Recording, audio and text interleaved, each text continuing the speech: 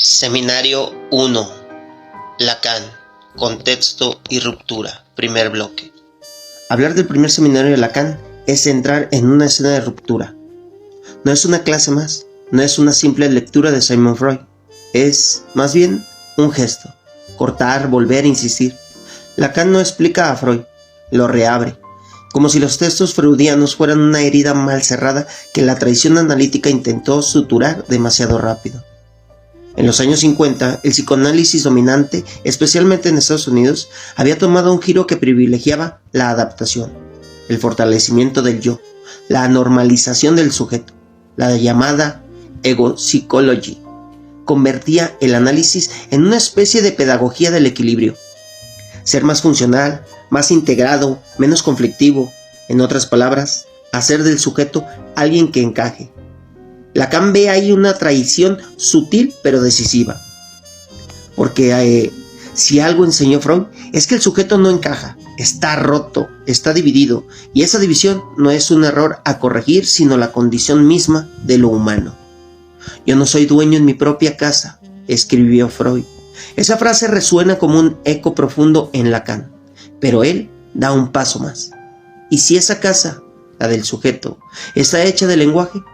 ¿Y si el inconsciente no es un sótano oscuro lleno de impulsos, sino una red de significantes que hablan incluso cuando creemos callar?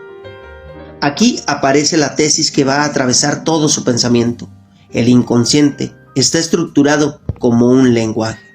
No se trata de una metáfora decorativa, es una afirmación radical. Significa que los síntomas, los sueños, los lapsus, no son simples errores y fallas, sino mensajes cifrados, como si el sujeto fuera, al mismo tiempo, quien habla y quien no entiende lo que dice, como si hubiera entre nosotros una voz que nos antecede y nos desborda. En este punto, la filosofía entra en escena. Hay en Lacan una resonancia clara con Hegel, especialmente en la idea de que el sujeto no es una sustancia fija, sino un proceso, una tensión, una negatividad en movimiento. El yo no es algo que es, sino algo que se construye y se pierde en la relación con el otro, con el lenguaje, con el deseo. Y si esto suena abstracto, basta mirar la cultura contemporánea. En series como Breaking Bad, el drama no avanza por acciones claras y conscientes, sino por malentendidos, silencios, palabras que no dicen lo que parecen decir. Walter White no se convierte en quien es solo por decisiones racionales, sino por una cadena de significantes. Orgullo, humillación, poder, reconocimiento. Cada diálogo es una escena donde algo se escapa, donde el sentido se desliza. Este primer bloque es, entonces, una invitación a pensar el psicoanálisis no como una técnica de corrección, sino como una estructura radical. Escuchar no lo que el sujeto dice, sino lo que se dice en él. Porque ahí, en ese desajuste, en ese malentendido estructural, es donde comienza realmente la experiencia analítica. Si la introducción abre la escena, ahora toca descender al mecanismo. Porque cuando Jacques Lacan dice que regrese a Sigmund Freud, no está proponiendo una lectura nostálgica ni un gesto de fidelidad académica. Está haciendo algo más incómodo. Está acusando a su época de haber olvidado lo esencial. Y lo esencial, para Lacan, no es una técnica, ni un protocolo clínico, ni una teoría del yo. Es una experiencia, la de un sujeto que no coincide consigo mismo. En la posguerra, el psicoanálisis se institucionaliza, se vuelve respetable, médico, adaptativo. La llamada ego psychology, con figuras como Hartman, propone que el objetivo del análisis es fortalecer el yo, hacerlo más capaz de lidiar con la realidad, menos vulnerable a los impulsos. Dicho en simple, ayudarte a funcionar mejor. Pero aquí aparece el problema, porque ese funcionar mejor implica una norma. ¿Mejor según quién? ¿Adaptado a qué? A una sociedad que muchas veces produce el mismo malestar que luego pretende corregir. Lacan ve en esto una domesticación del psicoanálisis, como si la experiencia freudiana, que era profundamente subversiva, hubiera sido convertida en una herramienta de ajuste social. El síntoma ya no es un enigma a descifrar, sino un error a eliminar. Pero Freud nunca pensó así. El síntoma, para él, es una formación de compromiso, es decir, algo que duele, sí, pero que también dice, algo que molesta, pero que al mismo tiempo sostiene una verdad del sujeto. Eliminar el síntoma sin escucharlo es como apagar una alarma sin preguntar por el incendio. Lacan insiste, hay que volver a Freud, pero no para simplificarlo, sino para leerlo en su complejidad, porque Freud no es un sistema cerrado, es un pensamiento lleno de tensiones, contradicciones, giro. Aquí aparece algo clave. Lacan no quiere orden, ni ordenar a Freud, quiere dejarse desordenar por él. Por eso su lectura se centra en los detalles, los lapsus, los juegos de palabras, los equívocos, lugares donde el sentido no es estable, donde algo se escapa, porque es ahí donde el inconsciente se manifiesta. Freud mismo lo había intuido en la interpretación de los sueños. El sueño no habla de forma directa, se disfraza, se desplaza, condensa, dice una cosa para decir otra. Lacan toma una intuición y la radicaliza. No es que el inconsciente use el lenguaje, es que funciona como lenguaje. Aquí conviene detenerse, porque esta es una de las ideas más potentes y más malentendidas. El inconsciente no es un lugar oculto en la mente, no es un sótano lleno de recuerdos reprimidos, es una estructura, y esa estructura es lingüística. Eso significa varias cosas, que el inconsciente está hecho de significantes, palabras, sonidos, marcas, que opera por relaciones, no por contenidos fijos, que el sentido siempre está en movimiento. En términos simples, no importa tanto qué dices, sino cómo se encadenan tus palabras. Un ejemplo cotidiano, alguien dice, no me importa, pero lo repite 3 veces, en distintos momentos, con distintas entonaciones. Algo ahí insiste, algo no cierra. El analista no escucha solo el contenido, no me importa, sino la repetición, la grieta, el exceso. Como decía Nietzsche, no hay hechos, solo interpretaciones. Lacan podría agregar, no hay palabras inocentes. Si el inconsciente está estructurado como un lenguaje, entonces el sujeto mismo queda afectado por esa estructura. Ya no es una unidad coherente, transparente, dueña de sí, es una división. Cuando hablas no controlas todo lo que dices. Hay deslices, errores, silencios. Y esos errores no son accidentes, son efectos de la estructura. Aquí aparece una paradoja. El lenguaje es lo que nos permite existir como sujetos, pero también es lo que nos divide. Porque para decir algo tienes que pasar por palabras que ya existen, que no inventaste, que vienen del otro, la cultura, la familia, la historia.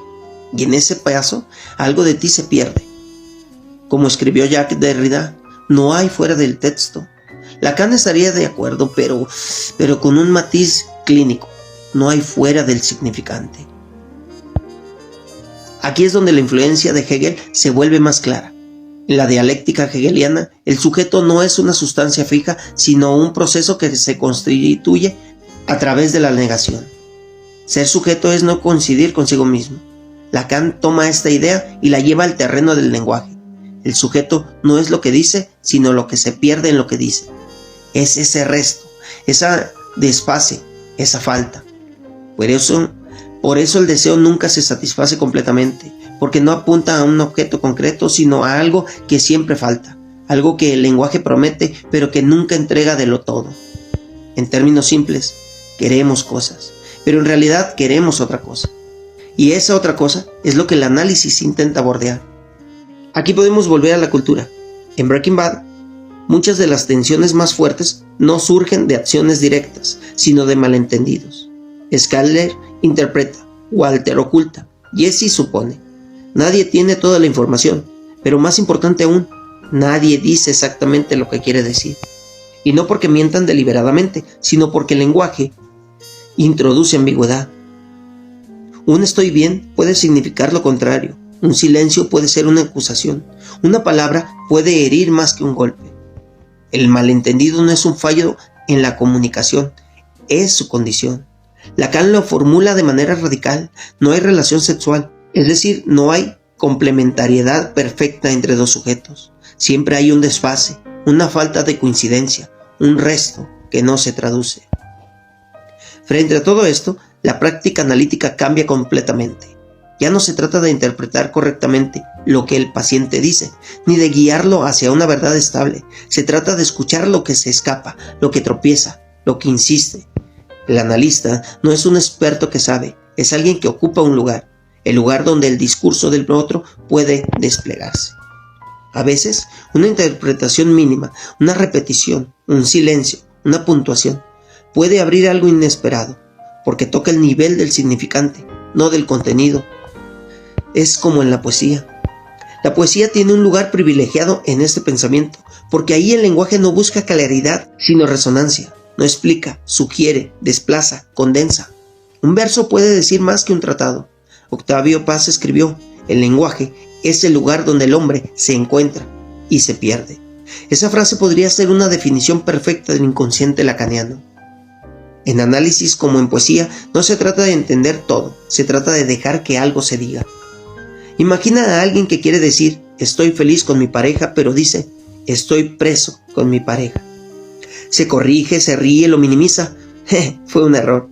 Pero el analista no lo deja pasar tan rápido.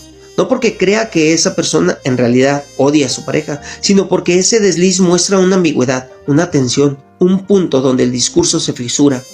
El lapsus no revela una verdad oculta como un secreto, revela una estructura en conflicto.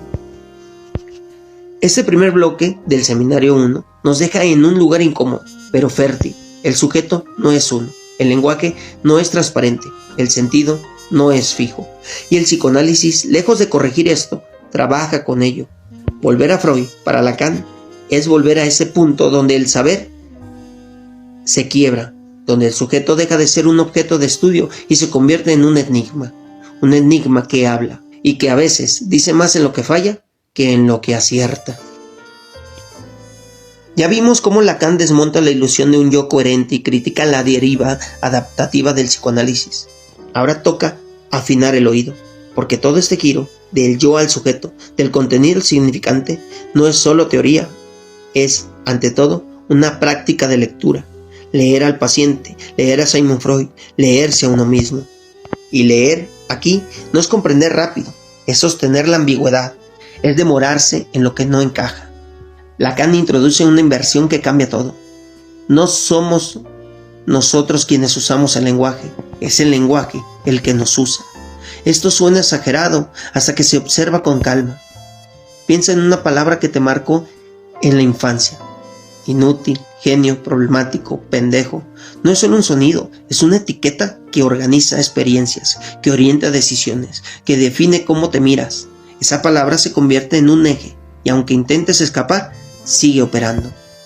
Eso es un significante, no una palabra cualquiera, sino una que estructura. Aquí se siente la influencia del estructuralismo, especialmente de Ferdinand de Saussure. Pero Lacan va más allá. Para Saussure, el signo lingüístico une significante, sonido y significado, concepto.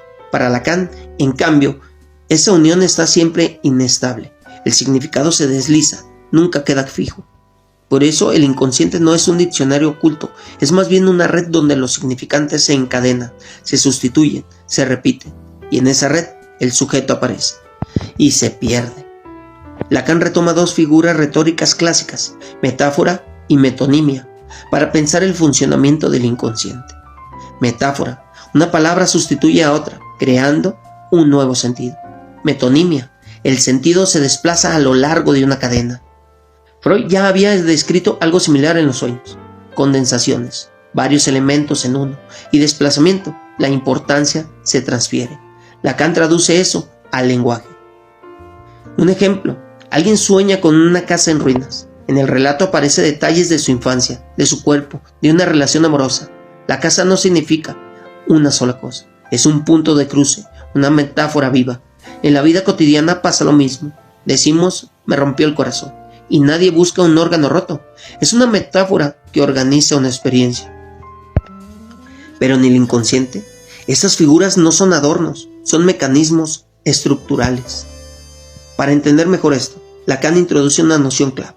El otro no es simplemente otra persona, es el lugar del lenguaje, de las normas, de los significantes que nos preceden. Es el sistema en el que nacemos. Antes de hablar, ya estamos hablando. Nuestros nombres, nuestra historia familiar, las expectativas que nos rodean.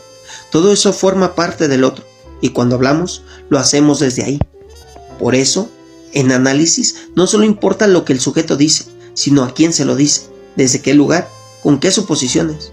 A veces el paciente no habla para sí, sino para ese otro, para ser reconocido, para responder a una demanda, para sostener una imagen. Y ahí aparece la transferencia. Aunque el seminario 1 no desarrolla aún toda la teoría de la transferencia, ya se vislumbra algo esencial.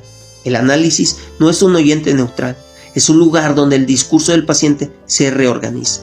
El paciente supone que el analista sabe, le atribuye un saber sobre su verdad, y esa suposición produce efecto. Pero el analista, en la orientación lacaniana, no responde con un saber cerrado, más bien descoloca, introduce cortes, silencios, equívocos, no devuelve una imagen clara sino un espejo roto. Y en ese espejo, el sujeto puede empezar a ver algo que antes no veía, no una identidad estable sino una serie de posiciones de máscaras, de desplazamientos. Otro punto sutil pero importante es la forma en que Lacan piensa el tiempo, no como una línea continua sino como una estructura lógica. Hay momentos de comprensión súbita, de retroactividad, donde algo del pasado se resignifica desde el presente. Un ejemplo simple: una frase escuchada en la infancia cobra sentido años después. No cambió la frase, cambió la posición del sujeto en la cadena significante. El inconsciente no es pasado, es actual, se actualiza cada vez que habla. Eso rompe con la idea de que el análisis consiste en recordar traumas olvidados. Más bien, se trata de releer la propia historia. Esto rompe con la idea de que el análisis consiste en recordar traumas olvidados. Más bien, se trata de releer la propia historia.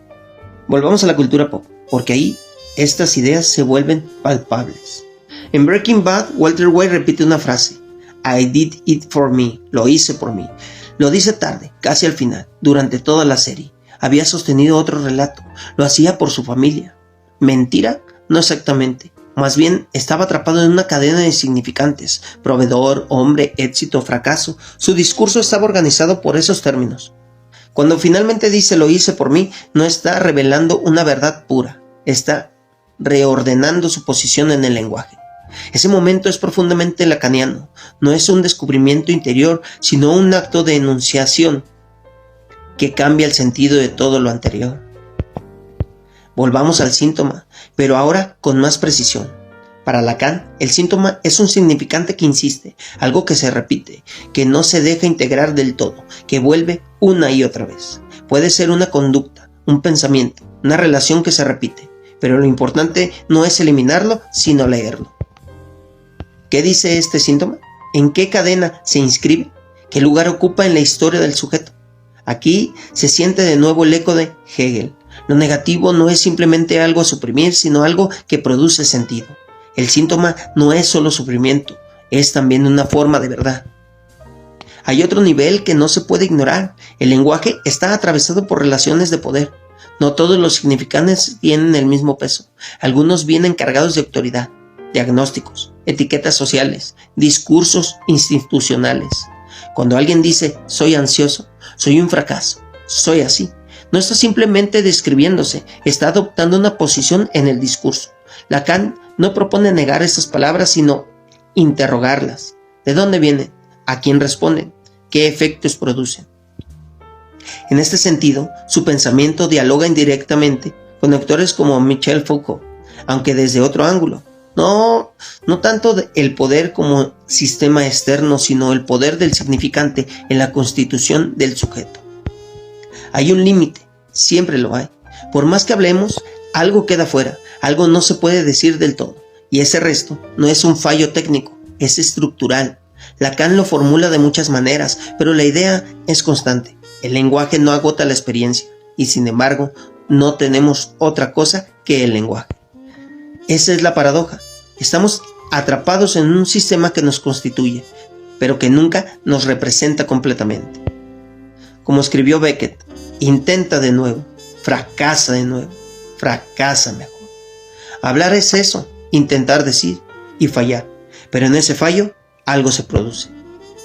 Todo esto no es solo teoría, tiene consecuencias éticas. Si el sujeto está dividido, si el lenguaje es inestable, si el sentido se desliza, entonces no hay recetas universales, no hay normas que valgan para todo. El análisis no busca adaptar al sujeto a un ideal, sino permitirle encontrar su modo singular de habitar el lenguaje. Eso implica asumir la falta, el malentendido, el deseo. No se trata de ser uno mismo, como dicen los eslogans, sino de reconocer que ese uno mismo es ya una constitución, una ficción necesaria, y que, aún así, se puede hacer algo con eso. El primer seminario de Lacan no ofrece respuestas tranquilizadoras, no promete equilibrio ni armonía, ofrece algo más exigente, una forma distinta de escuchar.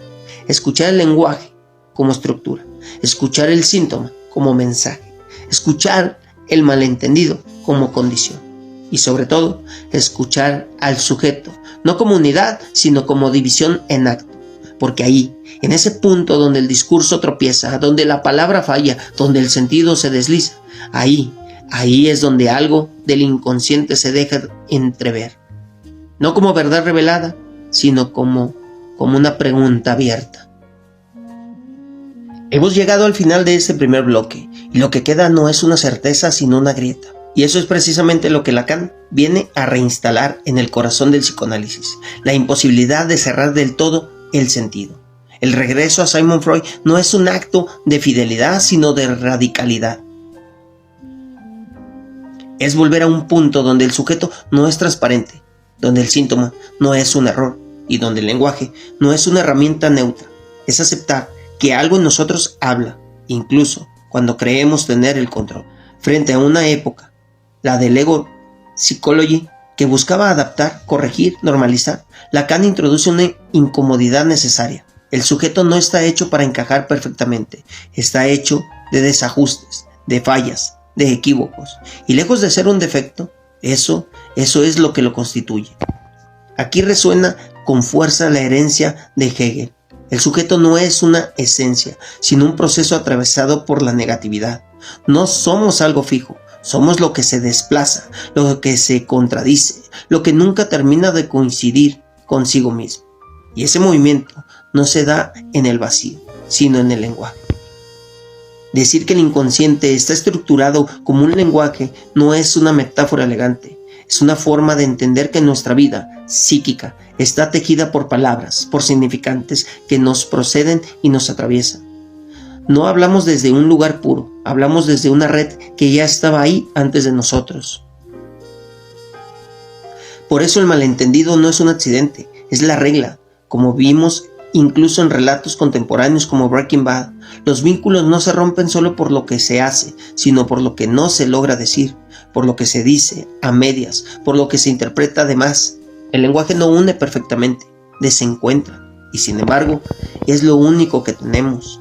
Ahí aparece la ética implícita en este seminario. No se trata de corregir el lenguaje para que diga bien, sino de escuchar lo que él insiste, lo que se repite, lo que falla.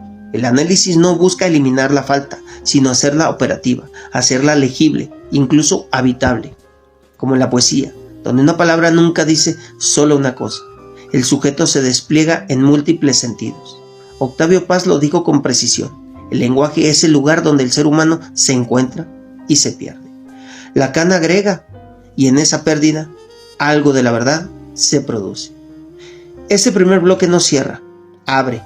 Y abre una forma distinta de leer, de escuchar, de pensar, una forma donde el saber no está al lado de la claridad absoluta, sino del lado de la pregunta insistente. Porque si algo enseña este inicio del seminario 1, es que el sujeto no es una respuesta, es un enigma que habla. Y ahora, antes de cerrar, dejemos que algo quede vibrando, porque si el lenguaje nunca dice todo, entonces cada palabra que escuchaste aquí no es un punto final, sino un desvío, un hilo suelto, una invitación. Quizá algo de lo que he dicho te tocó la piel. Quizá una frase se quedó girando, o quizás nada. Quizás entendiste o quizás no entendiste ni madre. Y eso está bien, incluso está mejor. Porque, como sugiere Lacan, no se trata de comprender demasiado rápido, sino de dejarse afectar por lo que no cierra. Este espacio no busca darte respuesta, ni certezas. Busca abrir preguntas. doblar el lenguaje, quebrarlo, escuchar lo que normalmente se escapa, ver la grieta. Aquí, cada concepto es también una grieta, cada teoría una excusa para perderse un poco más, y cada episodio un espejo, pero no uno que devuelve tu imagen intacta, sino que lo fragmenta, que la desplaza, que la interroga. Si algo de este recorrido lo sentiste tuyo, te sentiste amordazado, torturado, o simplemente lo escuchaste, o si sentiste que el sentido se movía bajo tus pies, entonces ya estás pisando tierra. Te invito a seguir explorando, a habitar esa incomodidad fértil, a escuchar de otra manera, porque el inconsciente no se apaga cuando termina el episodio. Sigue hablando en tus lapsus, en tus sueños, en eso que dices sin querer. Y tal vez en el próximo encuentro, algo de eso encuentre otra forma de decirse. Nos vemos en el siguiente pliegue del lenguaje, en la próxima grieta del sentido, en otra vuelta más. Si te gusta, comenta, comparte, suscríbete. Recuerda, quien escribe merece el castigo de ser leído.